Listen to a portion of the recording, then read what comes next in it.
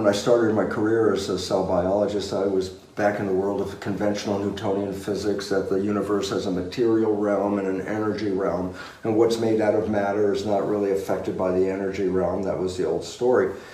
But when I started to read about quantum physics, and it's interesting because I was already a full professor, and all of the staff, all the people I knew, were all Newtonian in the sense that the universe is a duality of matter and energy.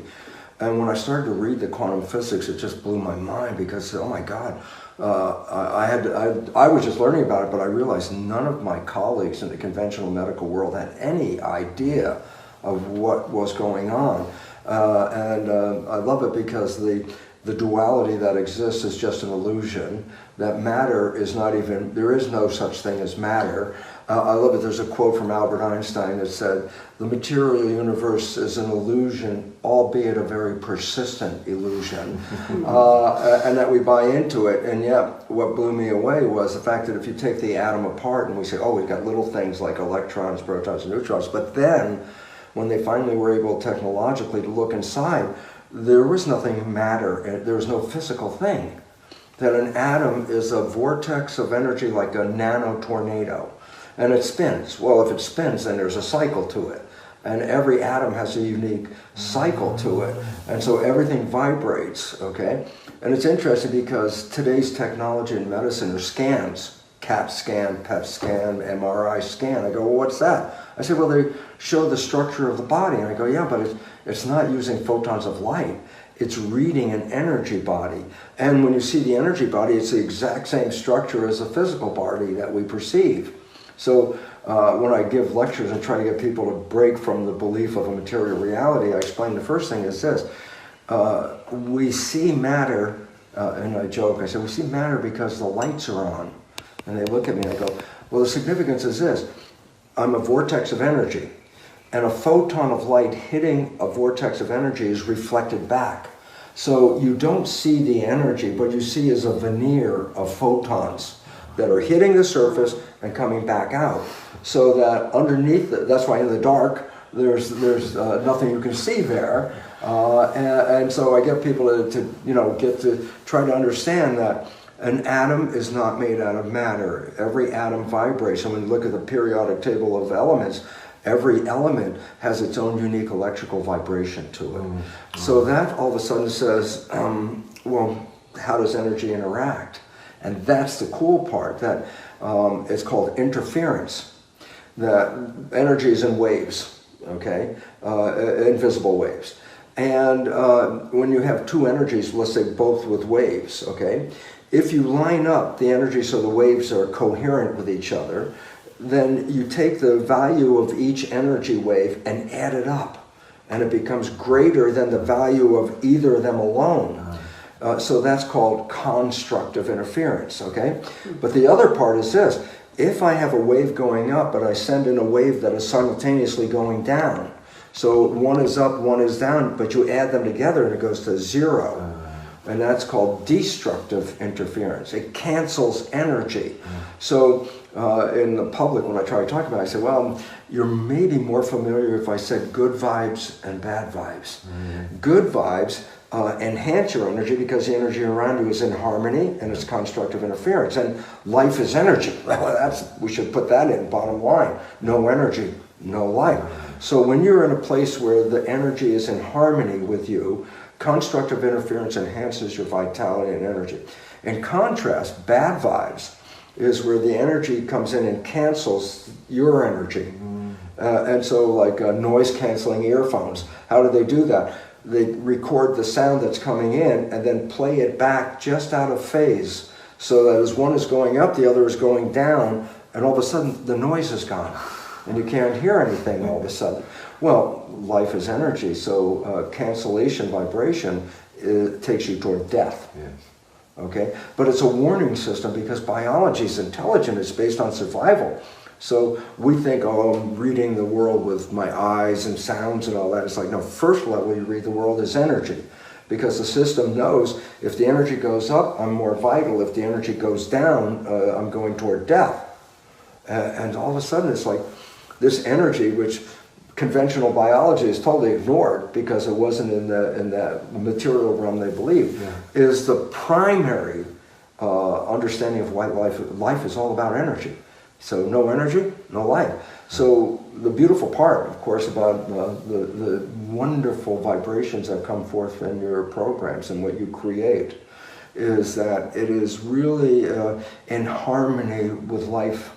So when people are in the audience, they get more energy by being in that audience, just by just sitting there, and the vibrations come in and through constructive interference, lift them up. Okay, and this is really, so there's a real thing here. It's not, oh, that's a suggestion, it sounds nice. No, it's way beyond it sounds nice.